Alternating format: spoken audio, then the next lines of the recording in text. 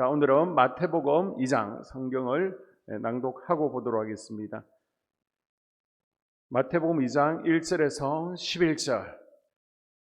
헤롯 왕 때 예수께서 유대 베들레헴에서 나심에 동방으로부터 박사들이 예루살렘에 이르러 말하되 유대인의 왕으로 나시니가 어디 계시냐? 우리가 동방에서 그의 별을 보고 그에게 경배하러 왔노라 하니 헤롯 왕과 온 예루살렘이 듣고 소동한지라. 왕이 모든 대제사장과 백성의 서기관들을 모아 그리스도가 어디서 나겠느냐 물으니 이르되 유대 베들레헴이오니 이는 선지자로 이렇게 기록된 바 또 유대 땅 베들레헴아 너는 유대 고을 중에서 가장 작지 아니하도다. 내게서 한 다스리는 자가 나와서 내 백성 이스라엘의 목자가 되리라 하였음이니이다. 이에 헤롯이 가만히 박사들을 불러 별이 나타난 때를 자세히 묻고 베들레헴으로 보내며 이르되 가서 아기에 대하여 자세히 알아보고 찾거든 내게 구하여 나도 가서 그에게 경배하게 하라. 박사들이 왕의 말을 듣고 갈새 동방에서 보던 그 별이 문득 앞서 인도하여 가다가 아기 있는 곳 위에 머물러 서 있는지라.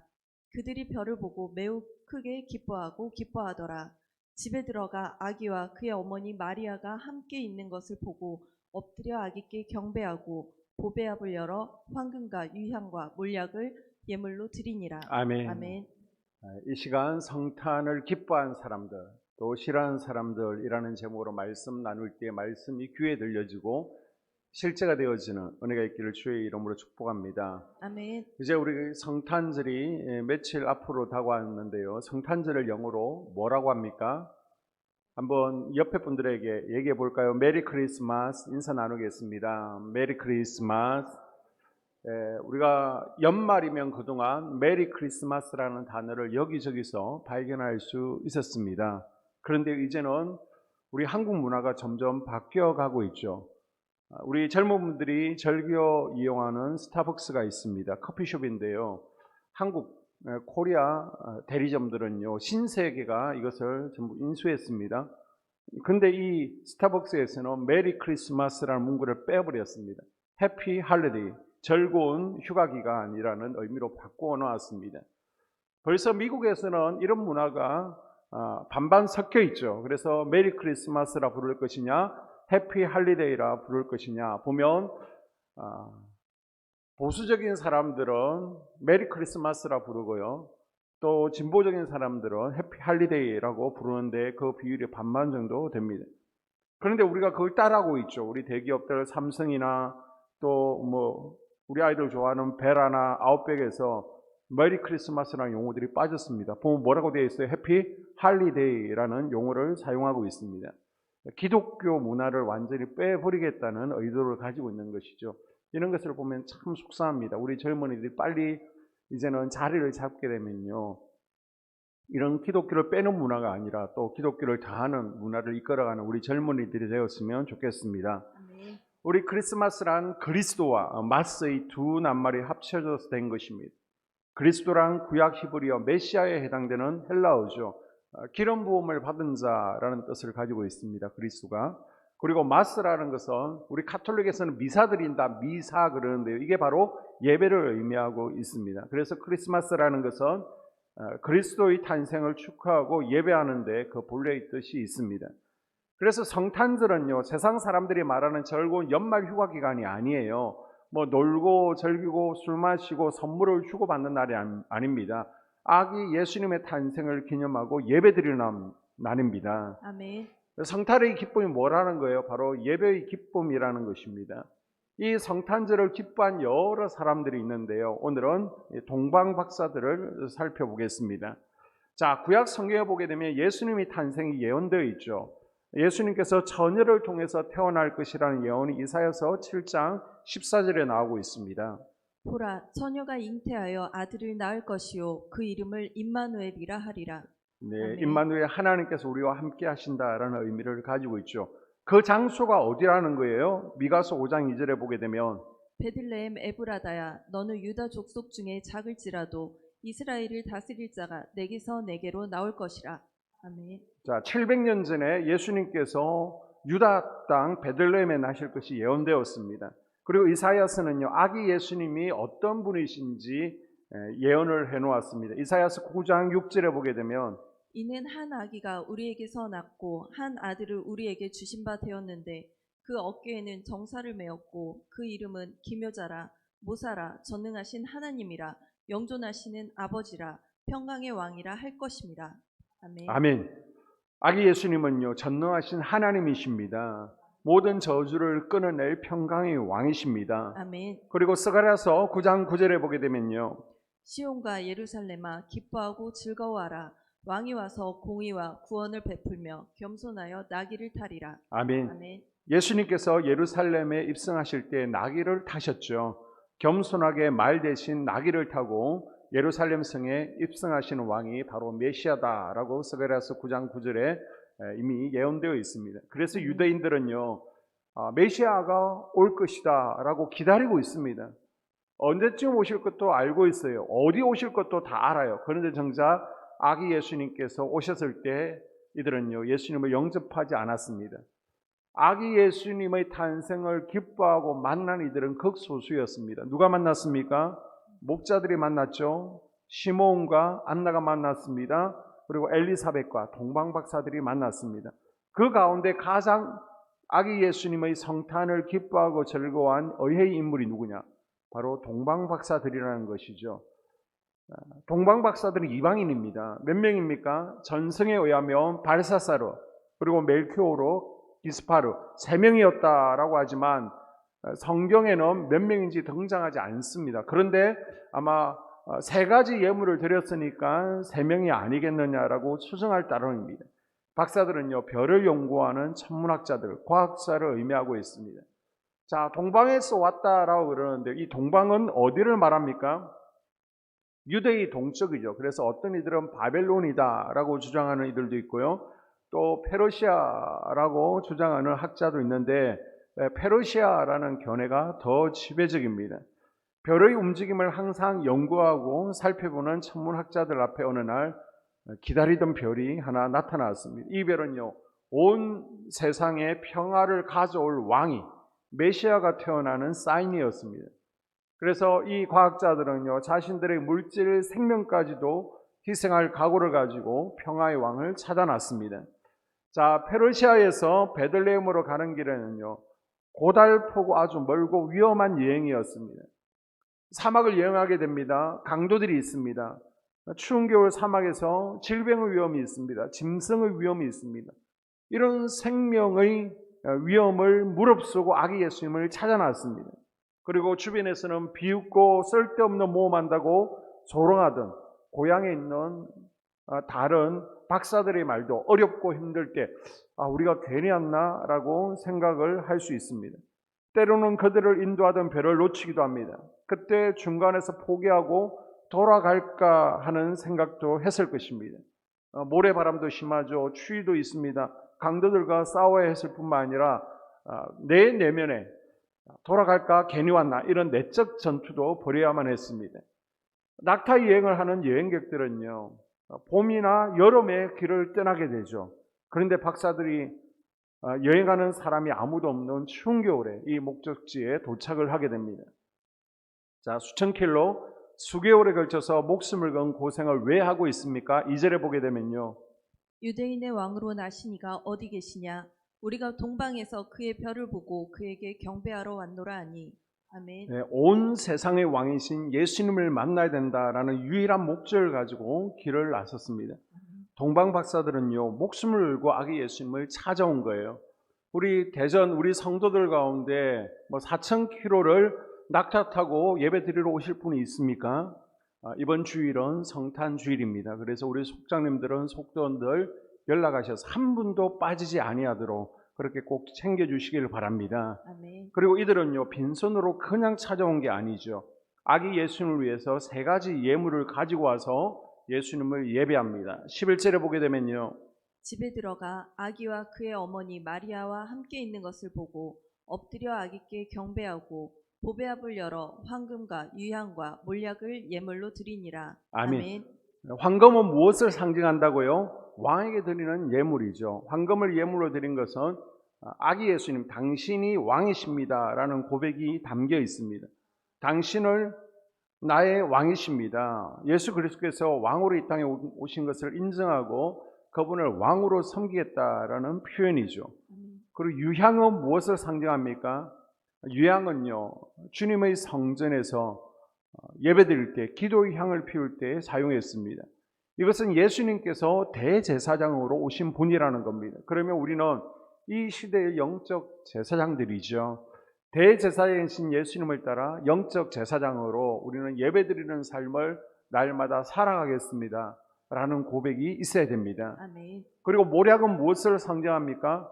시체를 썩지 않도록 하기 위한 방부제로 사용되어집니다. 예수님이 나의 구원자, 우리를 위해서 대신 십자가에서 죽으실 분임을 인정한다는 것입니다. 이 모든 것을요, 아기 예수님께 드렸습니다. 그리고 뭐합니까? 그냥 황금이나 유향, 모략이 귀하다, 그것이 아니라 이제 당신은 나의 왕이십니다. 당신은 영원한 대제사장 되십니다. 나도 예배자로 영적 제사장으로 살겠습니다. 그리고 당신은 인류를 위해서 구원하실 구세주이십니다. 이것을 고백하러 찾아온 것입니다.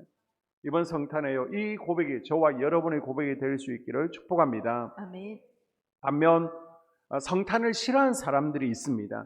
예수님의 탄생이 가장 싫었던 인물을 꼽으라면 바로 헤롯 왕일 것입니다. 먼저 헤롯이 누군지 한번 보게 되면요, 자, 이스라엘이 사울, 다윗, 솔로몬 이후에 이제는 분열된 것은 다 알고 계시죠. 그러고 나서 북이스라엘은 여로보암을 초대 왕으로 BC 721년 아수르에 의해서 멸망당하게 됩니다. 그리고 남유다는요, 르호보암을 초대 왕으로 해서 BC 586년 바벨론에 의해서 멸망당하게 됩니다. 그리고 이제 바벨론 통치를 받다가 또 페르시아의 통치, 그리고 로마의 통치를 받게 됩니다. 자, 로마의 지배하에 헤롯 안티파스라는 정치인이 로마 황제에게 임명을 받아서 이스라엘 지역을 담당하는 왕이 됩니다. 지역의 왕이 되었습니다. 그런데 헤롯은요, 유대인이 아니죠. 에돔 사람입니다. 야곱의 형 에스를 아시죠? 그 후손들이 에돔 사람들입니다. 그리고 이 헤롯 안티파스의 두 번째 아들인 헤롯이 그 다음 왕위를 잇게 되는데요, 자신을 헤롯 대왕이라고 부르면서 유대를 통치하게 됩니다. 아버지를 이어서 통치를 하는데 그 아버지도 유대인의 환심을 사기 위해서 무너진 예루살렘 성전을 리모델링 하는데 천천히 하게 됩니다. 그 아버지를 닮아서 자기도 유대인들의 인기를 얻기 위해서 뭔가 이슈가 있어야 되잖아요. 그래서 성전을 빨리 리모델링을 해주지 않고 계속해서 자기 임기 기간 동안 리모델링을 하게 되죠. 그래서 아버지 때부터 헤롯 그 다음 때까지 무려 80년 동안 성전을 리모델링 하게 됩니다. 하지만 그는 유대인이 아니었습니다. 당연히 이스라엘 백성들의 지지를 받지를 못했습니다.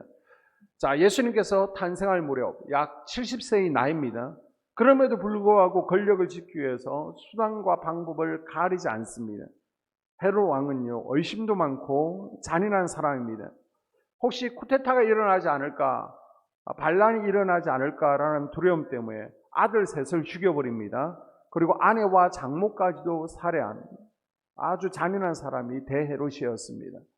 자, 예수님께서 태어나심을 별을 보고 찾아온 동방박사들이 있습니다.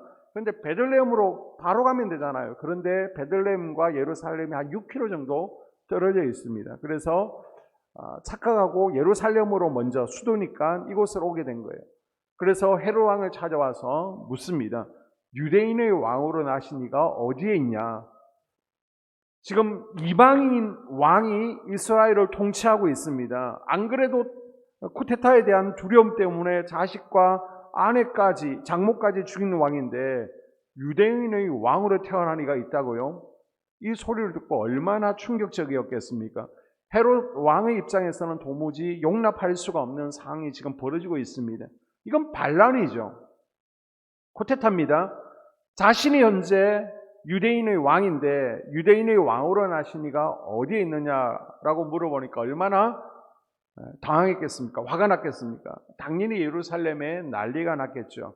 그래서 2절에 보게 되면 왕궁이 발칵 예루살렘이 뒤집히는 소동이 일어났다라고 전하고 있습니다. 자, 바로 이 부분에서 사람들이 성탄절을 싫어하는 첫 번째 이유를 발견할 수 있습니다. 이것은 진짜 왕의 탄생에 대한 거부감입니다. 어쩌면 우리 모두는요, 나라는 왕을 모시고 세우고 살아가는 존재들입니다. 야, 이 세상에 누굴 믿겠어? 나 자신을 믿어야지. 그래서 나라는 왕이 내 마음 가운데 에돔 왕국을 세운 거예요.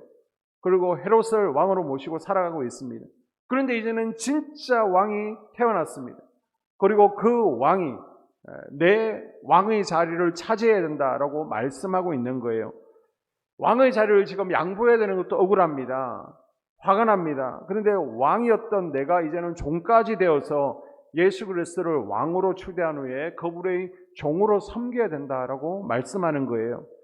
예수님을 주인으로 섬기는 종이 되어야 된다는 것입니다. 이건 도무지 받아들이기 어려운 일이죠. 어쩌면 매해 돌아오는 성탄절에 동방 박사들은요, 나에게 찾아와서 말합니다. 이제 그만 왕의 자리에서 내려와. 진짜 왕이 이 땅에 태어나셨어. 그분이 바로 예수 그리스도야. 아멘. 매번 성탄절에 동방 박사들은 나를 찾아오는 거예요. 그리고 나에게 지금 이 메시지를 던지고 있는 거예요. 이번 성탄에는 내 마음의 왕자에서 내가 기쁨으로 내려오고 아멘. 진짜 왕이신 예수 그리스도를 주인으로 모시고 나를 내어드릴 수 있기를 주의 이름으로 당부를 드립니다. 아멘. 자, 헤롯은 동방의 박사들에게 예수님을 만나면 돌아오는 길에 꼭 알려달라고 부탁을 합니다. 자기도 경배하고 싶다라고 했지만 사실은 아기 예수님을 죽이려고 자기 왕 되는 것을 방해하는 것을 미리 죽이기 위함이라고 성경은 말하고 있습니다. 물론 하나님께서는 아기 예수님을 보호하시기 위해서 애굽으로 피난을 보내셨죠. 그리고 헤롯은요, 베들레헴과 그 지역 안에 있는 2살 아래 모든 아이들을 죽여버립니다. 동방 박사들이 새로 태어난 유대인의 왕에 대해서 얘기를 했습니다. 이 사실에 대해서 전혀 알고 있지 못한 헤롯 왕은요, 당장 대제사장과 또 율법 교사들, 서기관이라고 그러죠. 율법 학자들을 소집합니다. 그리고 유대인의 왕 그리스도가 어디에서 태어났는지 물어봅니다. 그러자 이들이요, 5절과 6절 이렇게 헤롯 왕에게 대답하죠. 이르되 유대 베들레헴이오니 이는 선지자로 이렇게 기록된 바 또 유대 땅 베들레헴아 너는 유대 고을 중에서 가장 작지 아니하도다. 내게서 한 다스리는 자가 나와서 내 백성 이스라엘의 목자가 되리라 하였음이니이다. 아멘. 아멘. 제사장들과 서기관들이 성경에는 유대인의 왕이 유대 땅 베들레헴에서 탄생할 것이 예언되어 있다라고 지금 대답을 합니다. 평소에 성경을 많이 연구했잖아요. 성경에 대해서 다 꿰고 외우고 있습니다. 그래서 장소를 정확하게 알고 있습니다. 그래서 미가서 5장 2절 말씀을 인용하면서 그리스도의 탄생 지역을 명확히 말합니다. 이들은요, 구약 율법에 능통한 자들이죠. 또 구약에 전해오는 전성, 또 구전에 해박한 지식을 가진 율법을 해석하는 성경 해석가들입니다. 성경을 가르치는 교사들입니다.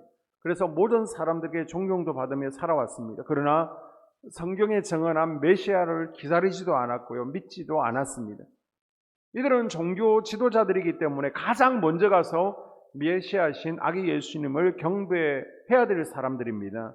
그런데 경배하지 않아요. 오히려 예수님을 배척하고 십자가에 못 박아 죽이는 일에 앞장서고 있습니다. 우리는 이들을 통해서 성경을 안다는 것 자체가 다 되는 것이 아니구나, 성경 아는 것 자체가 전부가 아니구나라는 사실을 깨닫게 됩니다. 자, 예언자들의 기록대로 유대 베들레헴에 예수님이 태어납니다. 그러면 지금 대제사장들 또 율법 교사들이 지금 이러고 있을 때가 아니죠. 당장 베들레헴으로 달려가야 됩니다. 아니, 수백 년 동안 유대인들을 버티게 했던 메시아 대망 사상의 결과 이제는 메시아가 태어났습니다. 모두에게 알려졌어요. 하나님의 언약이 성취되었습니다. 그러나 아무것도 지금 하고 있지 않습니다. 오히려 헤롯 왕에게 동조해서 헤롯 왕이 예수님을 죽이려고 하는데 이들이 장소를 알려주고 있고요, 동조하고 있습니다. 왜요? 대제사장과 율법 교사들 역시 헤롯이 지금 우리의 왕이다라고 생각하고 있기 때문입니다. 지금 하나님보다 현실 속의 헤롯 왕을 더 두려워했기 때문입니다. 말씀보다 현실이 더 중요하다는 것이죠. 저는 헤롯 왕 앞에 서 있는 대제사장들 그리고 율법 교사들을 보면서 사람들이 성탄절을 싫어하는 두 번째 이유가 바로 이거구나 발견하게 되었습니다. 그것은 하나님의 말씀보다 현실 속의 헤롯 왕을 섬기는 것이 더 중요하기 때문입니다. 우리도요, 예수님을 내 인생 왕좌에 올려놓고 예수님을 왕으로 모셔야 된다는 건 너무나 잘 알고 있습니다. 우리도 성경에 해박해요. 새벽기도 나와야지, 퇴근하고 교회 와서 기도해야지. 그래서 내가 몸부림치며 기도해서 가나안 7족속을 끊어내고 우리 부모와 혈통을 통해서 역사하는 징계와 심판을 끊어내야 된다. 우리 자녀들에게 다윗의 좋은 흐름을 물려줘야 된다는 알고 있습니다. 그런데 현실 속에는요, 내가 섬겨야 될 헤롯 왕이 있는 거예요.